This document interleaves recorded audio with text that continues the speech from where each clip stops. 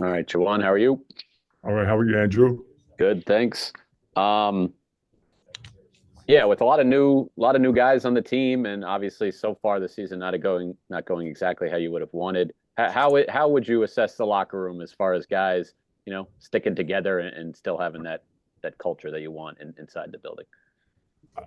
From what I've observed, just in being with them in practice, as well as traveling, to and from road trips, and um, you know, having conversations with some of the guys, it seems to me that you know, and what I was told is our team is connected as it should be. Thank God for that, and knowing that the connection with some of the everyone's not happy with the start. You know, because you have competitive guys that and also prideful guys that want to be above 500 and one of the top teams in the Big Ten when it comes to the record.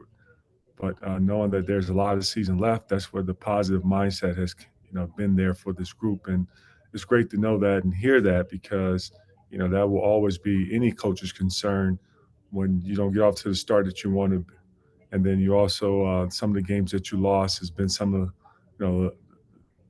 the low scoring games, one or two possessions here and there, similar to last year, that their doubt can creep up in the mind. And it's just nice to see that, we have a group that understands that this is a lot of season to be played, and all we just got to do is continue to keep fighting. And then I just wanted to ask about a couple of guys. I'll start with Trey Jackson. What is his status for tomorrow? Yeah, Trey has been suffering an injury that is very delicate. And the injury I'm speaking of is his nose. He has a small fracture on his nose, and with possibility of you know surgery. I'm hearing this, is on the table. I'm also dealing with a concussion, which that happened in Penn State game. Both injuries. So um, I expect for him not to play tomorrow. And then Jalen is the other one. I obviously did play, last game a little bit in the second half, but after playing big minutes the night before, was that kind of the reason, or is he? Yeah, what is his? Yeah, we monitoring his health as well. Want to be very respectful of the injury that he's been dealing with from last season. With the minutes that he experienced, in Maryland game, I thought they were great minutes. Um, hadn't played that many minutes in a very very long time. But last game, wanted to be respectful of that knee, and that knee is something that we do not want it to cause any flare up where it can set him back any, because we need Jalen and we need a healthy Jalen. Thank you. Yep. Yeah, hey, Hey. Juwan. How you doing?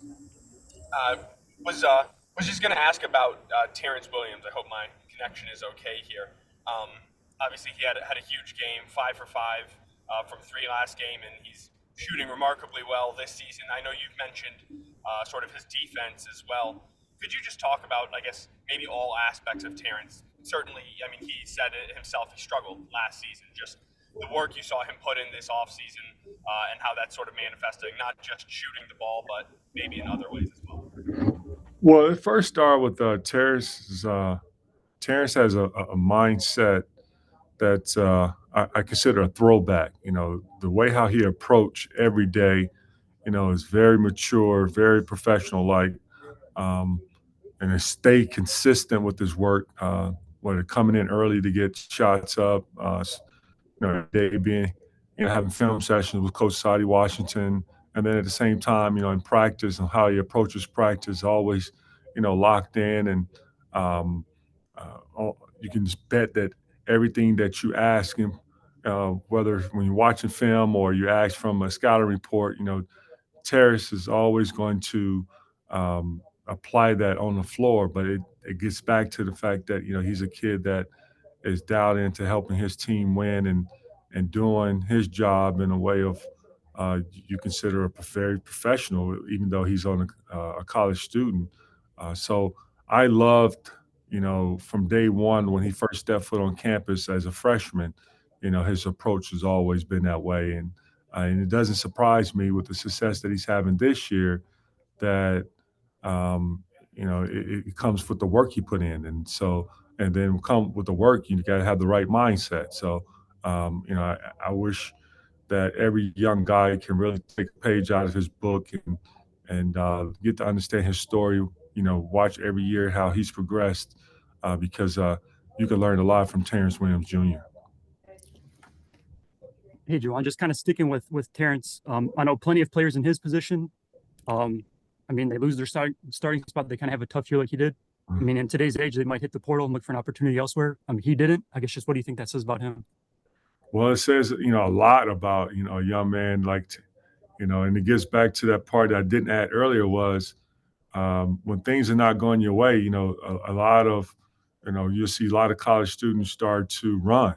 And whether it's they're not, getting the opportunity that they feel they are, whether it's minutes, shots, where they don't want to be coached because they probably heard some things that they need to hear that they didn't like to hear at the moment. And with Terrace, he's been coached. He's accepted coaching from, you can tell from he was young. But then knowing the people that I know who have coached him always spoke so highly of, you can count on Terrace. He's going to be ready to play every time, all the time. But besides the play, this guy is a great student in the classroom. He's embraced being a Michigan man, and it's great to see that he's going to, get his degree and always will be considered a Michigan man within this brotherhood that we have.